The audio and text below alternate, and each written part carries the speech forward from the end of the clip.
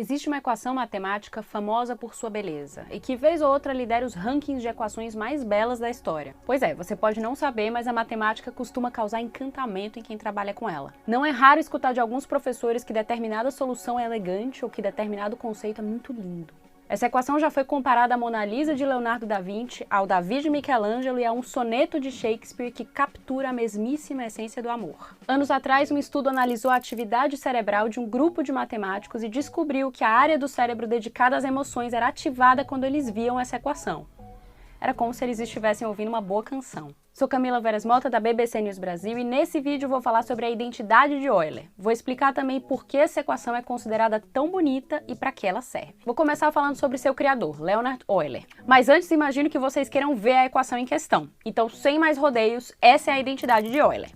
Enquanto os cérebros de alguns de vocês talvez já tenham desencadeado emoções, outros podem estar se perguntando: o que representa esse E elevado a I multiplicado pela constante π? E por que depois de somar tudo a 1, o resultado é 0? E esse é o segredo da beleza. É uma equação simples e profunda ao mesmo tempo. Vou explicar mais, mas antes vamos a Leonhard Euler. O motivo pelo qual vou falar dele é porque se trata de um dos matemáticos mais influentes da história e mesmo assim poucas pessoas o conhecem. A admiração que a identidade de Euler desperta se deve em grande parte ao seu autor. Nascido na Suíça em 15 de abril de 1707, ele é geralmente classificado como o matemático mais prolífico da história. Isso porque Euler escreveu mais de 500 livros e artigos de pesquisa em vida, e outros 300 mais foram publicados após sua morte, em 18 de setembro de 1783. Euler deixou contribuições decisivas em quase todas as áreas das matemáticas pura e aplicada.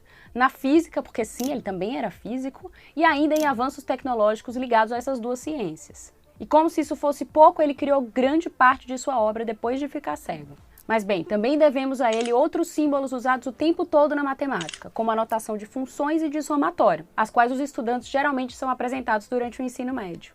E também foi ele que batizou esse E e esse I que aparecem na identidade de Euler, mas que são símbolos menos famosos. Agora voltemos então à equação e a cada um dos elementos que a compõem. Comecemos pelo E, que comumente é chamado, aliás, de número de Euler. Trata-se de uma constante cujo valor é aproximadamente 2,718. E eu digo aproximadamente porque os números depois da vírgula continuam de forma infinita.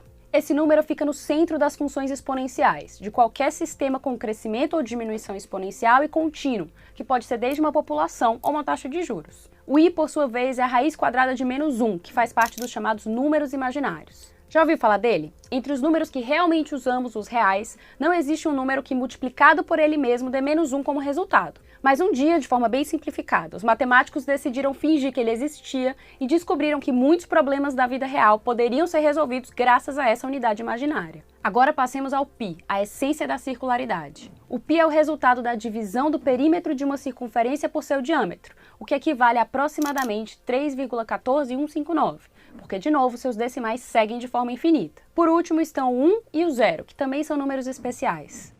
O número 1 é o primeiro dos números naturais, os números de contar, a base de toda a ciência e do comércio. E o 0, embora tenha travado uma dura batalha para ganhar seu lugar nas matemáticas, também temos um vídeo sobre isso, depois confere lá, acabou demonstrando que representar nada não é o mesmo que ser nada. Partindo então para as razões concretas de sua beleza, essa equação inclui 5 números que são usados todo o tempo em campos distintos da matemática e que surgiram em diferentes momentos e com diferentes fins. Além disso, tem 3 operações básicas: a soma, a multiplicação e a potencialização, e introduz a noção de igualdade. E no que talvez seja o mais surpreendente, todos esses elementos convivem em uma só equação, que é curta e fácil de lembrar.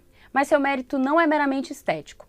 A identidade de Euler tem aplicações práticas em áreas como a física e a engenharia, mais especificamente na física quântica e no processamento de sinais e imagens. Um exemplo, existe uma versão mais completa ou geral da equação que é usada para modelar a corrente alternada, chave para desenvolver praticamente todos os dispositivos eletrônicos ao nosso redor. Tá vendo como a matemática é bonita? E você gosta de vídeos como esse? Deixa aqui seus comentários ou sugestões que nós ficamos de olho. Muito obrigada e até a próxima!